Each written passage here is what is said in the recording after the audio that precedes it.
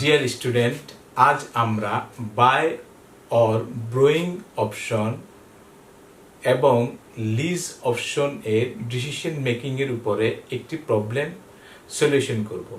তো dear student, আমার সাথে থাকার জন্য আমার চ্যানেলটি সাবস্ক্রাইব করেন এবং পাশে থাকা বেল আইকনটি অন করে দেন। আমি প্রবলেমটা পড়ছি। Malia is thinking of acquiring a computer. For that purpose, she is to decide whether the computer is to be purchased through 12% borrowing. আচ্ছা, এখানে বলেছে মালিয়া একটি কম্পিউটার নেওয়ার চিন্তা করছে। সে কম্পিউটারটা সেই কম্পিউটারটা 12% লোনে নিতে পারে, or to be acquired on lease basis, অথবা লিজে নিতে পারে। আচ্ছা, the price of the computer is টাকা 60,000। কম্পিউটারের মূল্য হচ্ছে 60,000 টাকা। Its annual maintenance cost is টাকা 2,500 per year and expected life is 5 years. আচ্ছা, এখানে বলেছে যে কম্পিউটার রক্ষণাবেক্ষণের কস্ট হচ্ছে প্রতি বছর 2,500 টাকা এবং মানে লাইফ কম্পিউটারের মেয়াদকাল মানে আয়ুষ্কাল আশা করতেছে 5 বছর। It is assume that the straight line method of depreciation is allowable under income tax act and the tax rate is 40%। এখানে বলেছে যে কম্পিউটারের যে অপচয় ধার্য করা হবে সেটা হবে সরলরৈখিক পদ্ধতিতে এবং ট্যাক্স রেট সেটা হচ্ছে 40%।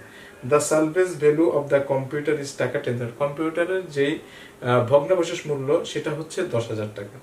ইন কেস অফ লিজিং এর ক্ষেত্রে কি হবে? দ্য লিজ রেন্টাল ইজ টাকা 20,000 ফর ইকুয়াল 5 ইনস্টলমেন্ট। আচ্ছা, এখানে বলেছে লিজিং এর ক্ষেত্রে লিজের যে ভাড়া সেটা হবে 20,000 টাকা এবং 5টা সমান কিস্তি। And maintenance expense is to be borne by lessor. এখানে বলেছে যে রক্ষণাবেক্ষণ কষ্টটা সেটা বহন করবে লেসর, যিনি লেসর। আচ্ছা, which alternative is least for Maliha. এখন কোন অপশনটি মালিহার জন্য বেটার হবে? আচ্ছা, মূলত জানতে চাচ্ছে আমাদের এখানে দুটো অপশন। মালিহা একটা কম্পিউটার কিনবে, সেটার জন্য তার দুটো অপশন আছে। একটা হচ্ছে সে 12% সুদে লোন নিয়ে কিনতে পারে, আর একটা হচ্ছে সে লিজ অপশনে যাইতে পারে। দুটো অপশনে তার জন্য আছে। এখন এই ধরনের ক্ষেত্রে আমাকে যেটা করতে হবে, আমাকে বাইং অর ব্রোয়িং অপশনের পিভি নির্ণয় করতে হবে, আবার লিজ অপশনেরও আমাকে পিভি নির্ণয় করতে হবে। তো আমরা ধারাবাহিকভাবে ম্যাথটা প্রবলেম সলিউশনটা শুরু করি। এখন প্রথমে আমরা বাইং অর ব্রোয়িং অপশনে আমরা পিভিটা নির্ণয় করব প্রথমে, এরপরে আমরা লিজ অপশনটা নির্ণয় করব প্রথমে। তাহলে আমরা শুরু করি। এখানে দেখেন বাইং অর ব্রোয়িং অপশনে যে 12% সুদে যে 60,000 টাকা নিবে, এখানে কিন্তু আমাদের কোনো কিস্তিটা দেওয়া নাই। তো প্রথমেই আমাকে কিস্তিটা বের করে নিতে হবে। আরেকটা কথা, এখানে কিস্তি কি বছরের শুরুতে দিবে না বছরের শেষে দিবে এমন কিছু বলা নাই। এরকম যদি বলা না থাকে তাহলে আমি ধরে নিব যে কিস্তিটা বছরের শেষে দিচ্ছে, তার মানে আমাদের অর্ডিনারি অ্যানুইটি সূত্রটা ইউজ হবে। আচ্ছা, আমরা প্রথমে কিস্তিটা বের করে নেই।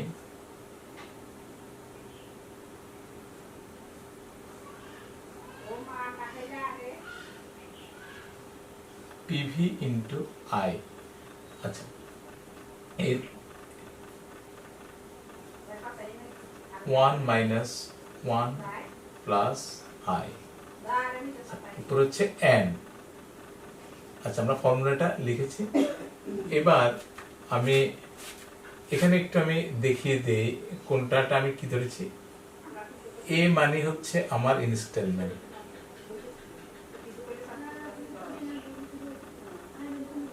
এই মানি হচ্ছে আমার ইনস্টলমেন্ট। তো ইনস্টলমেন্ট হোয়াট আমরা জানি না।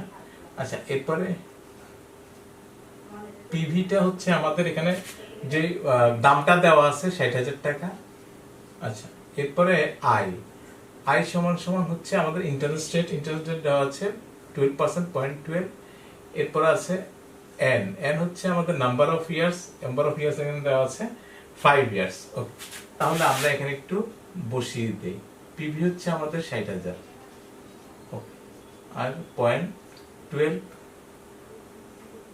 1 minus 1 প্লাস ইন্টারেস্ট আই সমান সমান ইন্টারেস্ট 0.12, আর এটা হচ্ছে নাম্বার অফ ইয়ার্স হচ্ছে আমাদের 5। তো এটাকে যদি আমরা ভাঙি, এখানে আমাদের আসবে 16,644। এখানে এটাকে ভাঙলে আমাদের আসবে 16,644। তাহলে এটা হচ্ছে আমাদের ইনস্টলমেন্ট। তো আমাদের ডিয়ার স্টুডেন্ট, আমাদের আরো বেশ কিছু কাজ করে নিতে হবে বাই অর বোয়িং অপশনের জন্য। তো আমরা কিস্তিটা বের করলাম, এরপরে আমাকে টোটাল পেমেন্টটা নির্ণয় করতে হবে। দেখেন আমাদের টোটাল পেমেন্ট সমান সমান কি, এখানে আমি টোটাল পেমেন্টটা আমি এই পাশে নির্ণয় করে দেখাই আপনাকে। টোটাল পেমেন্ট কত হবে, total payment buying or Boeing অপশনের টোটাল পেমেন্ট। তো টোটাল পেমেন্ট সমান সমান হচ্ছে আমার ইনস্টলমেন্ট প্লাস হচ্ছে আমার মেইনটেনেন্স কস্ট।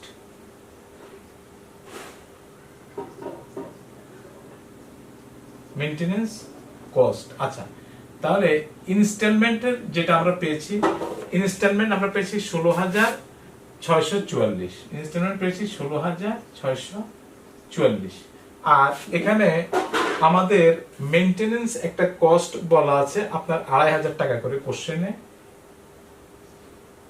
আচ্ছা, মেইনটেনেন্স কস্ট 2,500 আমাদের বলা আছে। আচ্ছা, তাহলে এখানে টোটাল দাঁড়াচ্ছে আমাদের 19,144। এখানে টোটাল দাঁড়াচ্ছে 19,144। এটা হচ্ছে আমাদের total payment buying or Boeing অপশনের জন্য। আচ্ছা, এরপরে আমাদের এখানে ডেপ্রিসিয়েশনটা আছে, ডেপ্রিসিয়েশনটা আমাকে নির্ণয় করে নিতে হবে। ডেপ্রিসিয়েশন আমি এখানে ডেপ্রিসিয়েশনটা নির্ণয় করে নিই। আমাদের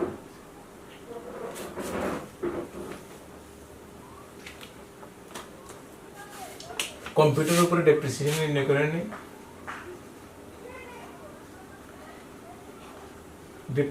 ডেপ্রিসিয়েশন সমান সমান হচ্ছে আমাদের কি, আমাদের হচ্ছে টোটাল কস্ট মাইনাস হচ্ছে আমাদের সালভেজ ভ্যালু।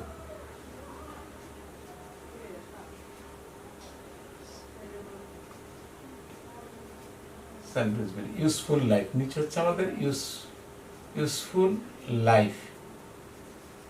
লাইফ।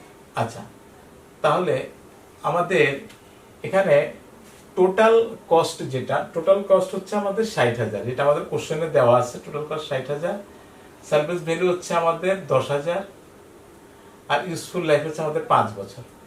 তাহলে একটু ছোট করে ফেলি। আচ্ছা, তাহলে এখানে আমাদের অবচয় আসতেছে 10,000 টাকা। আচ্ছা, অঙ্কগুলো অনেক বড় জায়গা হবে না, যে কারণে আমি একটু চাপিয়ে করতেছি এক পাশে। আচ্ছা, এরপর আমাদের কাজ করতে হবে আফটার ট্যাক্স ইন্টারেস্ট রেটটা বের করে নিতে হবে। আমি এখানে লিখি আফটার ট্যাক্স ইন্টারেস্ট রেট। আচ্ছা, এটা এখানে একটু লিখি আমি আফটার ট্যাক্স ইন্টারেস্ট রেটটা একটু বের করি। আফটার ট্যাক্স ইন্টারেস্ট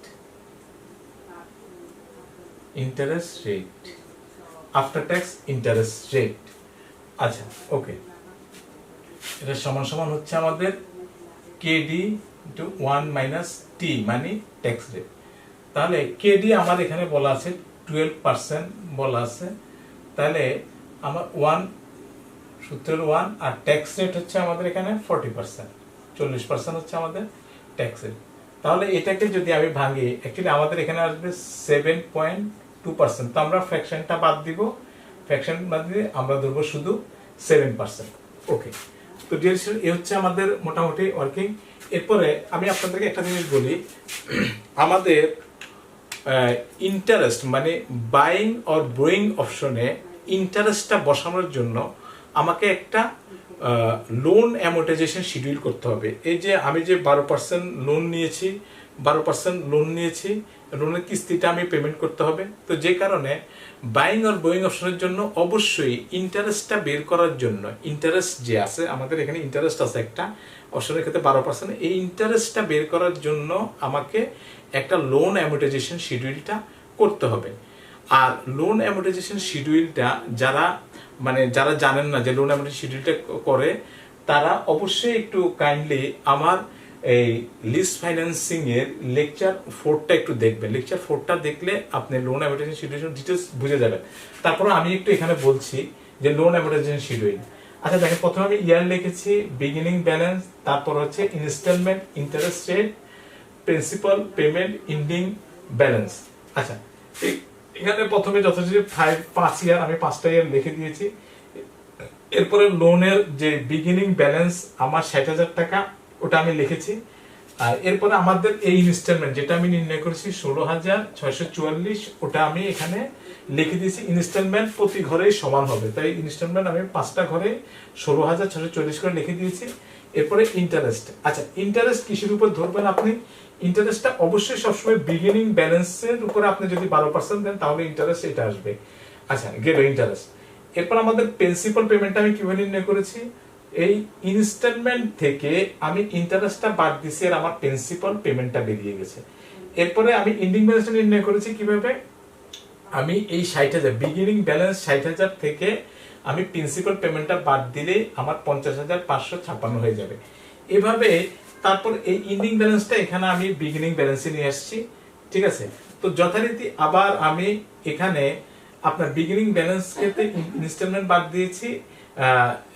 বিগিনিং আচ্ছা, ইনস্টলমেন্ট থেকে এবার আমি কি করেছি, আমার ইন্টারেস্টটা বাদ দিয়েছি, প্রিন্সিপাল পেমেন্ট বেরিয়েছে। এরপর আবার আমি বিগিনিং ব্যালেন্স থেকে প্রিন্সিপাল পেমেন্টটা বাদ দিয়ে এন্ডিং ব্যালেন্স বের করেছি। এভাবে আমি ক্রমান্বয়ে একটার পর একটা বের করেছি। এরপরে দেখা গেছে যে লাস্টে দেখেন আপনি একটু, বিগিনিং ব্যালেন্স 14,863 এবং আমার প্রিন্সিপাল পেমেন্ট 14,863।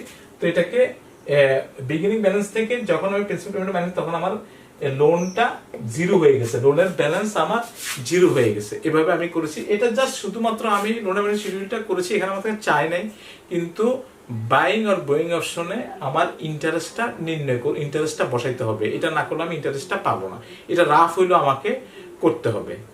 এরপর ডিয়ার স্টুডেন্ট দেখতে পাচ্ছেন আমরা এখানে লিখেছি calculation of PV of cash outflow at buying option. Buying or Boeing অপশনে আমরা এই ছকে পিভিটা, ক্যাশ আউটফ্লোর পিভিটা আমরা নির্ণয় করছি।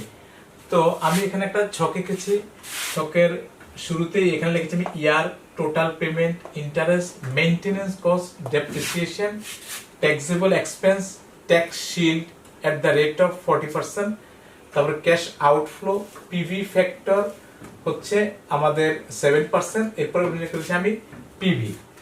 এখন আমি কোনটা থেকে কোনটা কিভাবে নির্ণয় করেছি সেটা আমি একটু বলছি। প্রথমে আমি ইয়ারের ঘরে 5 পর্যন্ত লিখেছি, 5টা ইয়ার। টোটাল পেমেন্ট, ও যে আমরা টোটাল পেমেন্ট নির্ণয় করেছিলাম 19,144, প্রতিটা ঘরে আমি 19,144টা লিখে দিয়েছি। এরপরে লোন অ্যামortization শিডিউল আমি ইন্টারেস্টটা নির্ণয় করেছিলাম, ওখানে আমি ইয়ার অনুযায়ী ইন্টারেস্টটা লিখে দিলাম। এরপরে মেইনটেনেন্স কস্ট আমাদের কোশ্চেনে দেওয়া আছে 2,500 টাকা করে, সেখানে আমি প্রতিটা ইয়ারে 2,500 টাকা করে লিখে দিয়েছি। ডেপ্রিসিয়েশন নির্ণয় করেছিলাম আমি, প্রতিটা ইয়ারে আমরা ডেপ্রিসিয়েশন 10,000 করে লিখে দিয়েছি। আচ্ছা, এরপরে আমাদের ঘর আছে ট্যাক্সেবল এক্সপেন্স। এখানে একটু খেয়াল করেন, আমার ট্যাক্সেবল এক্সপেন্সটা আমি কিভাবে নির্ণয় করি। আমার বাইং অর বোয়িং অপশনে আমার যতগুলো খরচ আছে, খরচগুলো সবগুলোকে আমি যোগ করি। তা আমি এখানে কি করেছি, যেমন ইন্টারেস্ট, এই ট্যাক্সেবল এক্সপেন্সটা আমি কিভাবে নির্ণয় করেছি, ইন্টারেস্ট, মেইনটেনেন্স কস্ট আর ডেপ্রিসিয়েশনটা আমি যোগ করেছি। প্রতিটা ঘরে আমি ইন্টারেস্ট, মেইনটেনেন্স কস্ট, ডেপ্রিসিয়েশনটা যোগ করে আমি ট্যাক্সেবল এক্সপেন্সটা নির্ণয় করেছি।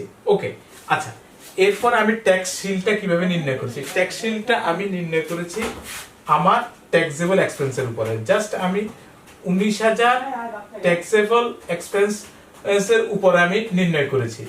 আমি 19,700-র উপরে 40% মেরেছি, তাহলে এইখানে আমাদের বেরিয়েছে 7,880। এভাবে ট্যাক্সেবল এক্সপেন্স থেকে আমি ট্যাক্স শিলটা প্রতিটা ঘরে নির্ণয় করেছি।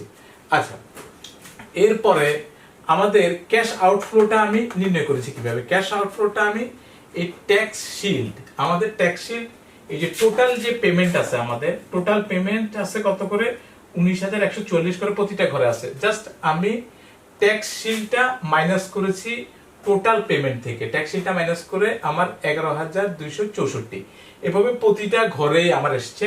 প্রত্যেকটা ঘরে যেমন এখানে আবার 19,140 থেকে আমি 7,427 বাদ দিয়েছি, তো আমার ক্যাশ আউটফ্লোটা বাইরেছে। জাস্ট আমি টোটাল পেমেন্ট থেকে ট্যাক্স শিলটা বাদ দিয়ে আমি ক্যাশ আউটফ্লোটা নির্ণয় করেছি। এরপর আমাদের পিভি ফ্যাক্টর 7%, ওই যে আমি আফটার ট্যাক্স ইন্টারেস্ট রেটটা বের করেছিলাম, ওখানে আমি 7% ধরেছিলাম। এরপরে আমি চলে গেছি আপনার কোথায়, এই ফ্যাক্টরগুলো আপনি কোথায় পাবেন, আপনার কাছে যে ফাইন্যান্সিয়াল ম্যানেজমেন্ট অথবা ফিনান্স বই আছে সেখানে আপনি সহজে এই ফ্যাক্টরগুলো পেয়ে যাবেন, বইয়ের পিছনে যাবেন পেয়ে যাবেন। এখানে আপনি একটা দেখেন, একটা বিষয় খেয়াল করেন যে আমার এখানে প্রতিটা ইয়ারে কিন্তু আমার ক্যাশ আউটফ্লোটা সেম নাই। যদি আমার প্রতিটা ইয়ারে ক্যাশ আউটফ্লো সেম থাকতো তাহলে আমি প্রেজেন্ট ভ্যালু অ্যানুইটি ফ্যাক্টর থেকে ফ্যাক্টরগুলো বসাইতাম, কিন্তু আমার এখানে ক্যাশ আউটফ্লো এক এক ইয়ারে এক এক রকম। প্রথম ইয়ারে 11,264, পরের ইয়ারে ভিন্ন, প্রতিটা ইয়ারে ভিন্ন, যে কারণে আমি প্রেজেন্ট ভ্যালু ইন্টারেস্ট ফ্যাক্টর থেকে ইয়ার মিলিয়ে প্রথম ইয়ারে আছে 0.935, পরের ইয়ারে আছে আপনার ফ্যাক্টর শিটে, ফ্যাক্টর টেবিল শিটে গেলে আপনি দেখুন এভাবে ধারাবাহিক বা পঞ্চম ইয়ার পর্যন্ত বসিয়ে দিয়েছি। এরপর আমি পিভিটা কিভাবে নির্ণয় করলাম, আমি পিভিটা 11,264 জাস্ট ক্যাশ আউটফ্লোর সাথে পিভি ফ্যাক্টরটা আমি গুণ করেছি, গুণ করে আমি পিভিটা নিয়ে প্রতিটা ঘরে ক্যাশ আউটফ্লোর সাথে পিভিটা আমি পিভি ফ্যাক্টরটা আমি গুণ করে পিভি ফ্যাক্টরটা গুণ করে আমি পিভি গুলো পেয়ে গেছি। এরপরে আমি পিভি অফ ক্যাশ আউটফ্লো কিভাবে, এই সবগুলো যোগ করে আমি পিভি অফ ক্যাশ আউটফ্লো বা এনসিও এটাকে বলতে পারেন, আমি পেয়েছি 50,075 টাকা। ওকে, আচ্ছা গেল। এখন একটা বিষয় আপনি খেয়াল করেন, আমার এখানে আমি আরেকটা বিষয় আমি লেস করেছি। লেস কি করেছি আমি দেখেন, আমার এখানে সব ক্যাশ আউটফ্লোর পিভি আমি নির্ণয় করছি। ওকে, ক্যাশ আউটফ্লোর পিভি হচ্ছে আমার কত, 50,075, কিন্তু এখানে একটা ক্যাশ কিন্তু আমার ইনফ্লো হচ্ছে, সেটা হচ্ছে কি 5 বছর পরে, মানে পঞ্চম বছরে এসে আমি যখন আমার কম্পিউটারটা বিক্রি করব তখন আমার কাছে আসতেছে কত, এই যে আমি এখানে লিখেছি less PV of cash cash inflow, আমার কাছে ইনফ্লো হবে টাকাটা 10,000 টাকা। ওই যখন আমি কম্পিউটার সেল করে দিব ওখানে আমার আসবে কত, 10,000। তো 10,000-এর ক্যাশ ইনফ্লো 10,000 হবে আমার ক্যাশ ইনফ্লো। তো ক্যাশ ইনফ্লোর আমি পিভিটা নির্ণয় করেছি, just present value interest factor এখানে 10,000 লিখেছি, গুণ দিয়েছি আমি প্রেজেন্ট ভ্যালু ইন্টারেস্ট ফ্যাক্টর পঞ্চম ইয়ারে পিভি ফ্যাক্টর 7%-এর উপরে আমার পিভি ফ্যাক্টর জাস্ট পঞ্চম ইয়ারে আছে কত, 0.713, এটাকে আমি মাল্টিপ্লাই করেছি, তাহলে আমার এসে 7,130। তো আমার এটা ক্যাশ আউটফ্লো আমি নির্ণয় করতেছি, তো যেখানে ইনফ্লোটা আমি 50,075 থেকে 7,130 বাদ দিলে আমার net PV of cash outflow দাঁড়াইলো 42,945। তাহলে আমি বাইং অর ব্রোয়িং অপশনে আমার cash outflow PV of cash outflow পেলাম আমি 42,945 টাকা। এরপরে আমরা লিজ অপশনের পিভিটা নির্ণয় করব। ওকে, তো এর জন্য আমাকে প্রথমে লিজের রেন্টাল যে পেমেন্ট সেটা নির্দিষ্ট করতে হবে। এখানে আমার নেট লিজ রেন্ট পেমেন্ট কত, দেখেন আমাদের এখানে লিজের রেন্টাল বলা আছে আপনার 20,000 টাকা, কিন্তু এর পাশাপাশি বলা আছে মেইনটেনেন্স কস্টটা বিয়ার করবে কিন্তু লেসর। তো যে কারণে লিজি এটা করবে না, ঠিক আছে, লেসর করবে, যে কারণে আমরা এখানে নেট লিজ রেন্ট পেমেন্ট এখানে 20,000 থেকে আমি 2,500 টাকা বাদ দিয়েছি, যেহেতু এটা লেসর পেমেন্ট করবে। তাহলে আমার নেট লিজ পেমেন্ট দাঁড়াচ্ছে 17,500 টাকা। ওকে, এরপর আমি লিখেছি calculation of PV of cash outflow at lease option. লিজ অপশনের এবার আমি পিভিটা নির্ণয় করছি একটা ছকের মাধ্যমে। আমরা প্রথমে ছকের মধ্যে লিখেছি ইয়ার, ইনস্টলমেন্ট, ট্যাক্স সেভিংস, তারপরে cash outflow, PV factor 7%, PV. তো আমরা ইয়ারগুলোতে ঘরে ইয়ার লিখে দিয়েছি। এরপরে আমাদের যে ইনস্টলমেন্ট, লিজের যেই রেন্ট বা লিজের যে ইনস্টলমেন্ট সেটা হচ্ছে 17,500 বেরিয়েছে। আমরা প্রতিটা ঘরে 5 বছর পর্যন্ত 17,500 করে লিখে দিয়েছি। এরপরে আমাদের আছে ট্যাক্স সেভিংস। আচ্ছা, ট্যাক্স সেভিংটা আমি কিভাবে করেছি, জাস্ট ইনস্টলমেন্টের উপরে আমাদের ট্যাক্স রেট যেটা সেটা হচ্ছে আমাদের হচ্ছে আপনার 40%, মানে 40%। তাইলে আমরা ইনস্টলমেন্টের উপরে 40% দিয়েছি, 7,000 করে বেরিয়েছে। তো প্রতিটা ঘরে আমার 17,500 করে আছে। আর ট্যাক্স সেভিংস একই হবে, যেহেতু এখানে 40% ট্যাক্স সেভিং কোশ্চেনে দেওয়া আছে 40%, তাহলে আমার 7,000 প্রত্যেকটা ঘরে বসে গেল। এরপরে আমি নির্ণয় করব ক্যাশ আউটফ্লো। ক্যাশ আউটফ্লোটা আমি কিভাবে নির্ণয় করব, ইনস্টলমেন্ট থেকে ট্যাক্স সেভিংটা আমি বাদ দিয়েছি আর ক্যাশ আউটফ্লোটা আমার বেরিয়ে গেছে। ওকে, তো ক্যাশ আউটফ্লোটা প্রতিটা ঘরে সেম হয়েছে, জাস্ট ইনস্টলমেন্ট থেকে ট্যাক্স সেভিং বাদ দিয়েছি, ক্যাশ আউটফ্লো বেরোলো। এরপর আমার পিভি ফ্যাক্টর। আচ্ছা, এখানে ক্যাশ আউটফ্লো দেখেন প্রতিটা বছরে সেম আছে।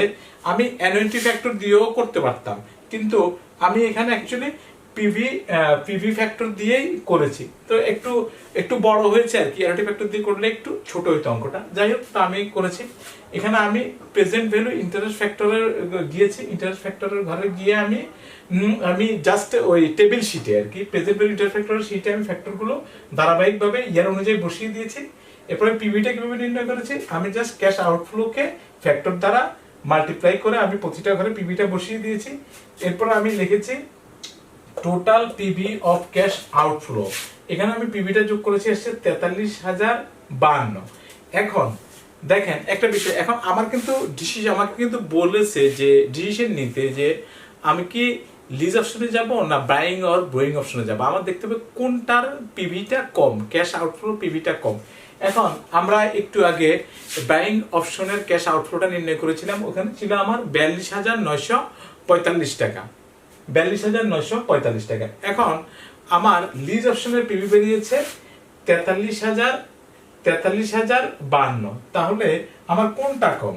তাহলে দেখা যাচ্ছে যে আমার বাইং অপশনে আমার ব্রো ওর বাইং অপশনে আমার পিভিটা কম, যে কারণে আমি ডিসিশন মেকিং করেছি। এখন ডিসিশন আমি লিখেছি buying alternatives is best for Maliha, যে কারণে মানে বাইং অপশনে আমার ক্যাশ আউটফ্লোর পিভিটা কম, এই কারণে আমি বাইং অপশনটাই চুজ করব। তো বাইং অপশনটাই আমি বেছে নিব। তো ডিয়ার স্টুডেন্ট, নেক্সট ক্লাস আপনার সাথে আবার দেখা হবে। তো ভালো থাকবেন, আল্লাহ হাফেজ।